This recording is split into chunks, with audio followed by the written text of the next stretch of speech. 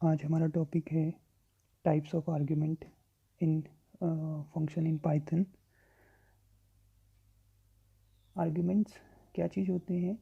Arguments किसी भी function के लिए एक कोई वैल्यू होती है जो हम उसे प्रोवाइड करते हैं ताकि हम फंक्शन के रिज़ल्ट को ऑब्टेन कर पाएँ।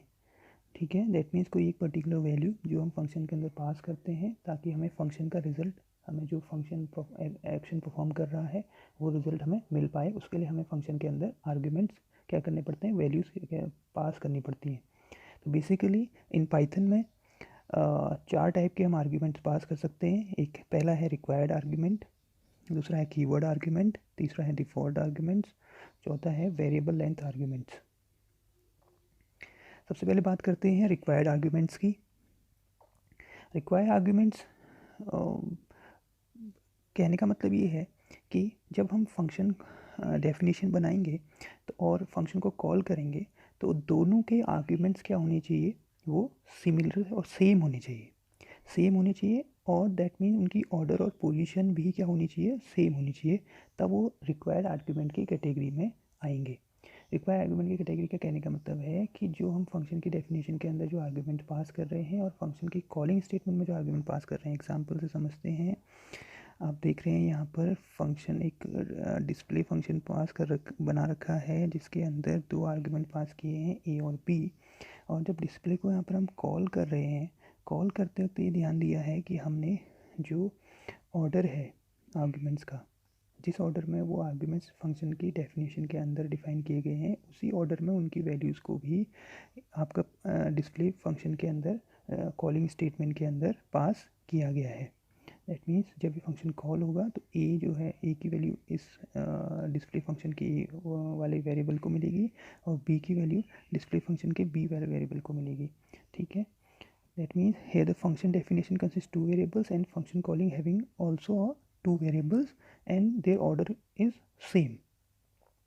Order and position is same in the both the cases, चाहे वो फंक्शन की डेफिनेशन हो चाहे वो फंक्शन की कॉलिंग स्टेटमेंट हो। दोनों केसेस में आपका जो पोजीशन और ऑर्डर होना चाहिए वो क्या होना चाहिए, आपका सेम होना चाहिए। ठीक है, तो रिक्वायर आर्ग्यूमेंट्स का मतलब आप समझ में आया कि एक तो पहला कंडीशन तो ये है रिक्वायर आर्ग्यूमेंट्स के लिए कि number of argument should be same in the both function call and definition. And second condition क्या है, order and position should be followed. That means order भी सेम होना चाहिए, जिस ऑर्डर में आपके फंक्शन के डेफिनेशन के अंदर आपने डिक्लेयर किए हैं उसी ऑर्डर में फंक्शन के कॉलिंग स्टेटमेंट में भी आप उनको पास करेंगे। दूसरा है कीवर्ड आर्ग्यूमेंट। कीवर्ड आर्ग्यूमेंट्स में भी नंबर ऑफ आर्ग्यूमेंट्स सेम होंगे फंक्शन कॉल और फंक्शन डेफिनेशन में, बट यहाँ ऑर्डर और पोजीशन रिक्वायर नहीं होता है। क्यों? क्योंकि जो भी इनिशियलाइजेशन होता है वो नेम के थ्रू होता है। कहने का मतलब कि जो नेम आपने फंक्शन की डेफिनेशन में आर्ग्यूमेंट्स को दिए हैं वही नेम आप फंक्शन के कॉलिंग स्टेटमेंट में देंगे और उनका ऑर्डर आप कुछ भी रख सकते हैं, आगे पीछे कुछ भी कर सकते हैं। जैसे एक एग्जांपल हम समझ लेते हैं, फिर से एग्जांपल को आप ध्यान से देखेंगे। सॉरी, एग्जाम्पल को आप इसको देखेंगे तो इसमें आपको समझ में आ रहा है कि एक आपने फंक्शन बना रखा है जिसके अंदर आर्ग्यूमेंट पास कर रखे हैं ए और बी, और फंक्शन को आप कॉल कर रहे हैं, यहाँ पर डिस्प्ले फंक्शन को कॉल कर रहे हैं, उसके अंदर भी आपने दो वेरिएबल पास कर रखे हैं और उनके नेम भी क्या है, ए और बी है, लेकिन ऑर्डर क्या है, डिफरेंट है।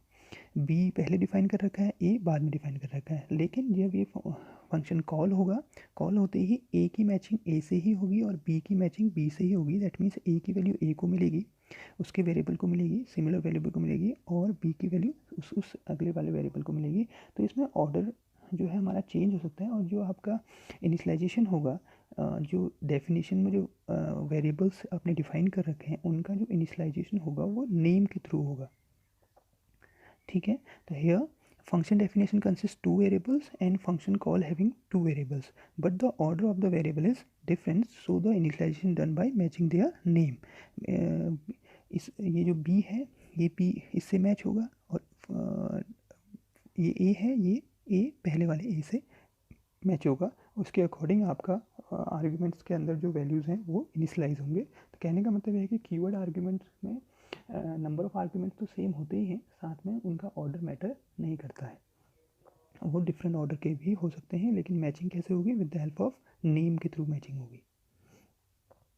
इसके बाद आती है बात डिफ़ॉल्ट आर्ग्यूमेंट्स में। हम डिफ़ॉल्ट आर्ग्यूमेंट्स को हम उन आर्ग्यूमेंट्स को कहते हैं जिनको कुछ इनिशियल वैल्यू आप उनकी जब उनको डिक्लेयर करते हैं, फंक्शन की डेफिनेशन बनाते वक्त ही प्रोवाइड कर देते हैं, तो उनको डिफ़ॉल्ट आर्ग्यूमेंट कहते हैं। तो उस केस में आपको फंक्शन के कॉलिंग स्टेटमेंट में फिर उसको दोबारा पास करने की ज़रूरत नहीं पड़ती। कहने का मतलब number of arguments need not to be same with the function call and definition. जो आर्ग्यूमेंट्स हैं, अभी तक हम बात कर रहे थे कि दोनों केसेस में आर्ग्यूमेंट्स क्या होने चाहिए? सेम होनी चाहिए। फंक्शन की डेफिनेशन में भी और फंक्शन के कॉलिंग स्टेट में भी आर्ग्यूमेंट्स क्या होने चाहिए? सेम होने चाहिए।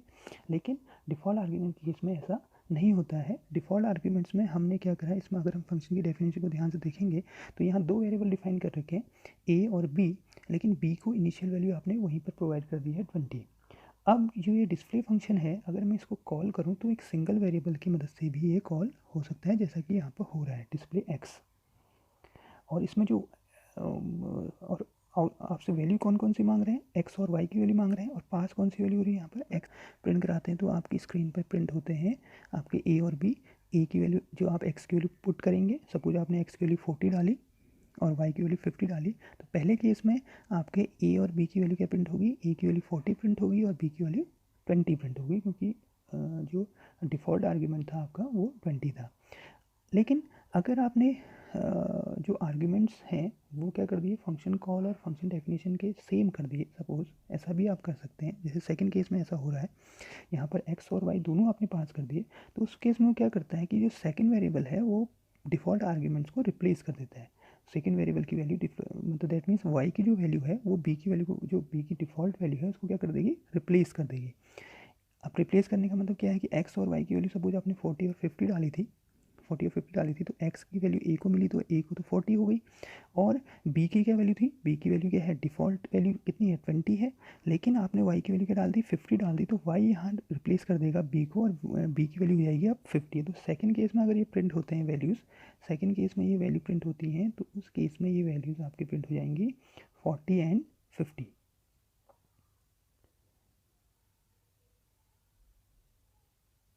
फर्स्ट केस में प्रिंट हुआ जब पहला एक ही वेरिएबल के साथ कॉल हुआ था, जब एक ही वेरिएबल के साथ कॉल हुआ था तो उस केस में तो कॉल, उसमें तो क्या होता है, बी की डिफ़ॉल्ट वैल्यू प्रिंट हुई थी। लेकिन सेकंड केस में आपने दोनों वेरिएबल पास कर दिए उसके अंदर, तो उसने क्या करा, जो आपका सेकंड वेरिएबल था उसने जो डिफ़ॉल्ट वैल्यू आर्ग्यूमेंट था उसकी वैल्यू को क्या कर दिया? रिप्लेस कर दिया अपनी वैल्यू से, और वाई की वैल्यू 50 प्रिंट रिप्लेस हो गई बी की जगह पे, और बी प्रिंट हो गया 50 केस में।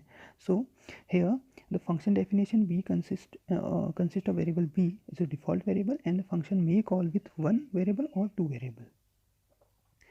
क्योंकि डिस्प्ले फंक्शन के अंदर दो वेरिएबल थे, तो ये दो वेरिएबल से भी कॉल हो सकता है, ये सिंगल वेरिएबल से भी कॉल हो सकता है। जब सिंगल वेरिएबल से कॉल होगा तो अपनी डिफ़ॉल्ट वैल्यू को लेगा, जब डबल वेरिएबल से कॉल होगा तो वो डिफ़ॉल्ट वैल्यू रिप्लेस हो जाएगी और उस हिसाब से वर्क होगा। तो ये होते हैं आपके डिफ़ॉल्ट आर्ग्यूमेंट्स।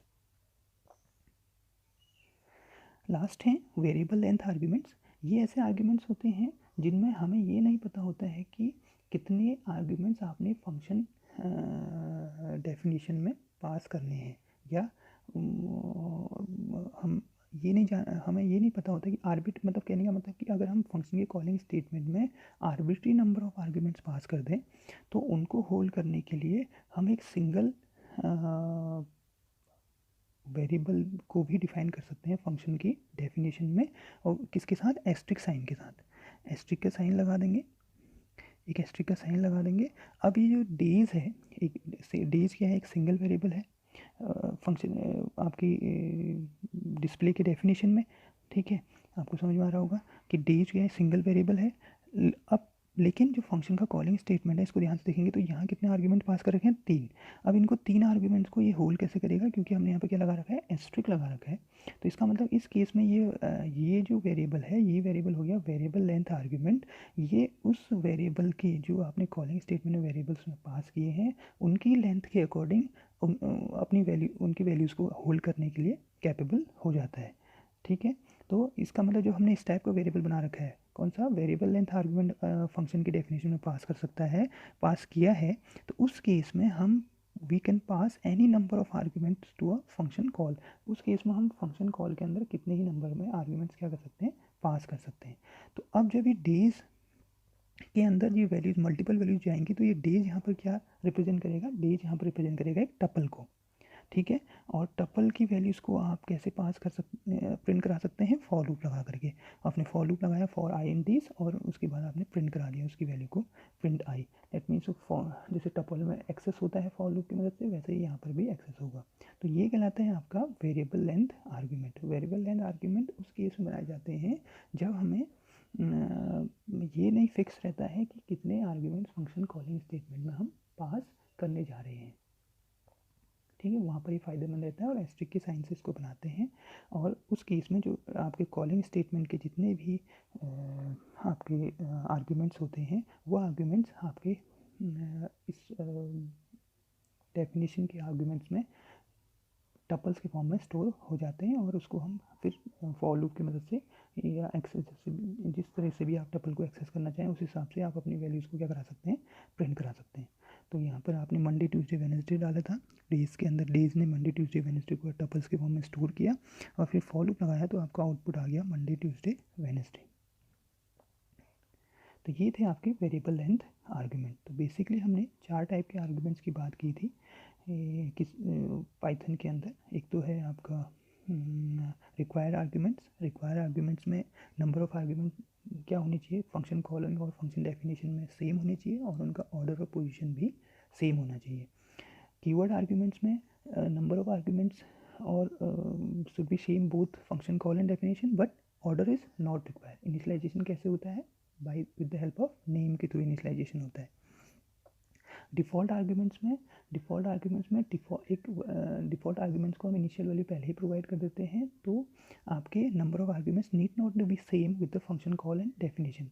फंक्शन कॉल और डेफिनेशन के जो आर्ग्यूमेंट्स हैं वो सेम नहीं हो सकते, ठीक है, क्योंकि some of the arguments in the function definition will be consider as default, क्योंकि जो फंक्शन के डेफिनेशन के कुछ आर्ग्यूमेंट्स को हम क्या मान लेते हैं, डिफ़ॉल्ट मान लेते हैं। तो इसलिए फंक्शन के कॉलिंग स्टेटमेंट में वो वेरिएबल आपके उन वेरिएबल्स को पास करने की ज़रूरत नहीं होती है। अगर आपने पास कर भी दिया तो क्या करता है, डिफ़ॉल्ट वैल्यू को रिप्लेस कर देता है, वो जो हमने अभी देखा था। इसके बाद आता है variable length argument. Variable length argument एक ऐसा आर्ग्यूमेंट है जो मल्टीपल वैल्यूज़ को होल्ड कर सकता है टपल के फॉर्म में। उसको हम कैसे बनाते हैं, एस्ट्रिक साइन लगा करके बना देते हैं।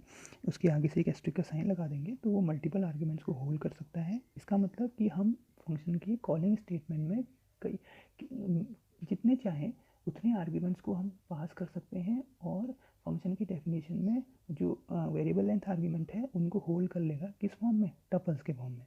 और फिर बाद में हम उसको टपल को एक्सेस कर लेंगे फॉर लूप की मदद से या किसी और तरीके से जैसे आप इसको प्रिंट कराना चाह रहे हैं। तो ये है आपका वेरिएबल लेंथ आर्ग्यूमेंट। ये थे फंक्शन के आर्ग्यूमेंट्स की बातें। होप ये आपको समझ में आया होगा। अगर आपको ये वीडियो पसंद आया तो इसे लाइक करें, शेयर करें और मेरे चैनल को सब्सक्राइब करें। मिलते हैं अगले वीडियो में।